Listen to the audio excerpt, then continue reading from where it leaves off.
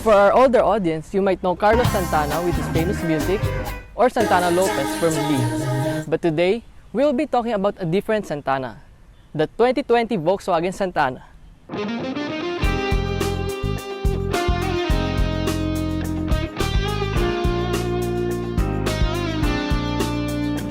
For those who don't know this car, the Volkswagen Santana is made to compete with the Toyota Vios, Honda City, and other cars in its segment.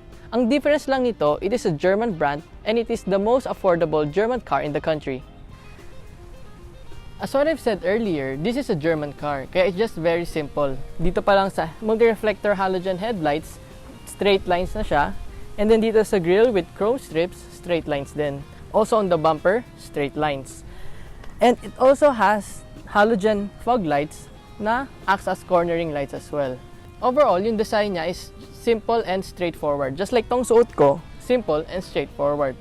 And ang good thing about being simple and straightforward is that yung design niya, it ages well. So hindi siya agad maluluma.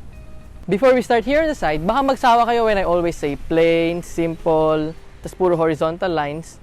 Because I think hindi lang dito matatapos yung horizontal lines sa labas. Kahit the interior, marami din siyang horizontal lines. So here on the side, makikita natin na it has this horizontal line again from the headlights until here sa taillight.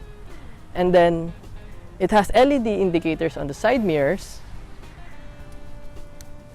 and 15-inch alloys on 185/60 R15 tires. Meron siyang ventilated disc in front and drums on the rear. So here at the back, we can see na it has many horizontal lines as well, like dito, ito. And then meron na rin siyang diagonal lines here on the taillights. And then meron siyang rear parking sensors and meron din siyang rear fog lights. So check na natin din yung inside of the trunk. Uy, dyan pala kayo. Kamusta? Sikip or maluwag? See? Kasya yung camera namin na nakatayo sa tripod sa loob. So here in the trunk, makikita natin na I think it can fit mga 3 medium-sized luggage. And then nandito din yung mga gamit namin. And then here, nandito yung spare tire and tools.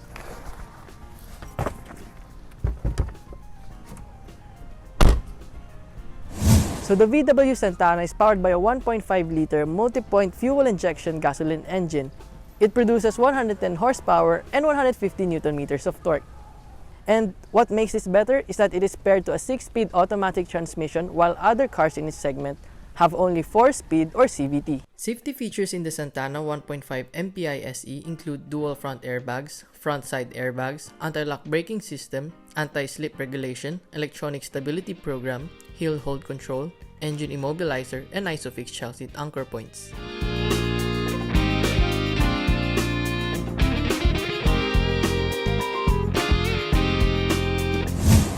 So here inside, makikita natin na nandyan ulit yung mga horizontal lines niya everywhere. And unique to this variant only, the chrome strips na meron din dito sa door panels.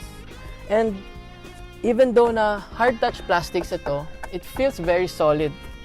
And for the steering wheel,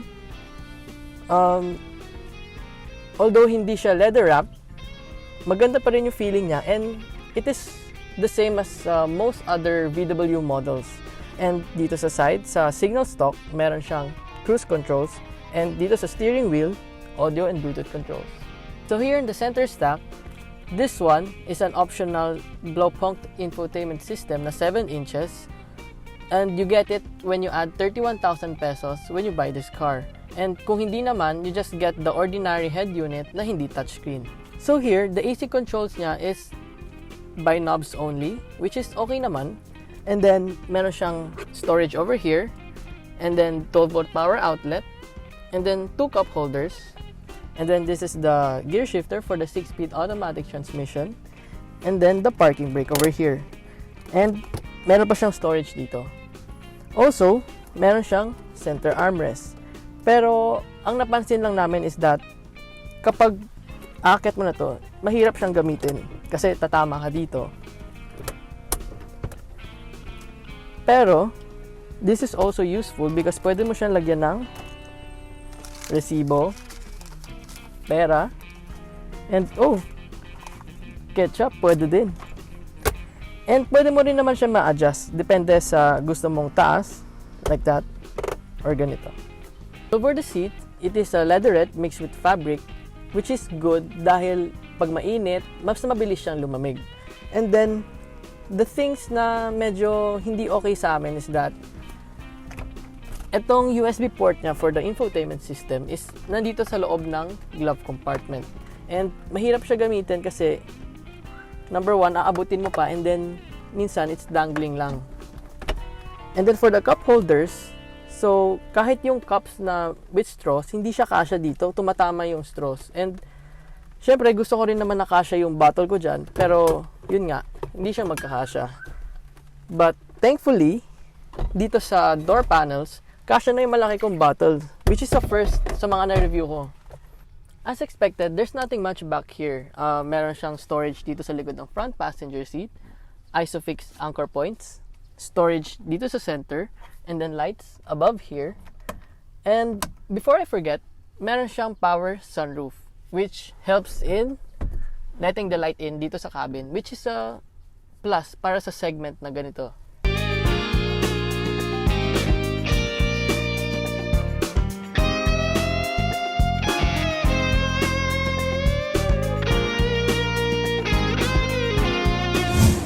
So let's start with the driveway.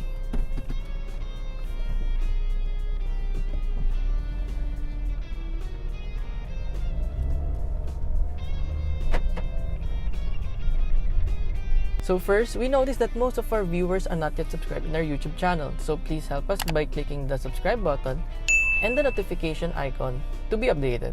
Ang napansin ko dito sa steering niya is that it's a bit heavy. And pagdating sa city, medyo pangit siya pag ganun kasi mabilis ka mapapagod sa pag mga turns.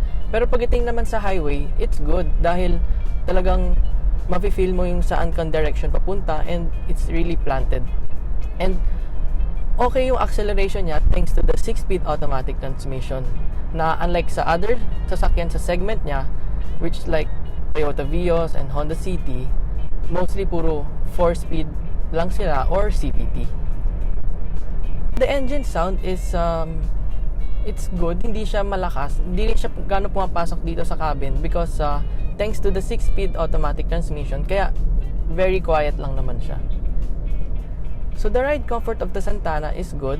Pwede lang siya i-improve pa sa especially sa likod with the suspension dahil minsan sa mga malubak na daan, mafe-feel mo yung mga yung condition ng road. For the NVH, yung road noise niya hindi siya ganong maingay. So, it makes the experience more comfortable and less tiring pag nasa loob ka while driving. This Santana has convenience features like yung cruise control and automatic wipers. So, mas maganda na if you keep them on, mas less hassle na. Hindi mo na kailangang isipin na when to open it. Automatic na siya mag-open. So, pagdating dito sa button sa steering wheel for the audio controls, medyo confusing siya gamitin and medyo mahirap din kasi hindi siya agad nagre-respond. So, we don't know if it's because of the infotainment system or talagang ganun siya. And then, pagdating naman doon sa auto start stop niya, medyo pangit siya gamitin for me. Kasi dahil, kunyari, naka-stop ka lang, tapos, mamaya, biglang mamatay na yung engine niya. Akala na ibang tao parang namatayan ka kasi medyo rough yung pag off niya and then yung pag on niya ulit. So yun yung mga medyo pwedeng i-improve pa na nakita namin. So for the fuel economy, sa city na try namin siya ng umabot ng 15 kilometers per liter. So which is good kapag walang traffic, and then kapag medyo heavy naman nasa 7 to 8 kilometers per liter. And sa highway nakaka-18 kami. Pero I think pwede pa siya ma-improve because nung ginamit namin siya, it's raining. And then, so other than that, yun nga, yung mga other na pwedeng i-improve na hindi namin gusto, like hard steering pag nasa city, and then yung auto start and stop na pwedeng gawing smoother pa. And other than that, okay na siya. It's a good car to drive. For sure, you want to know the price of the Santana. Well, this The 1.5 MPI SE variant costs 962,000 Philippine pesos, while the base variant costs 686,000 Philippine pesos, and that really makes it the most affordable German car in the market today. With the Santana, you get German quality and timeless beauty.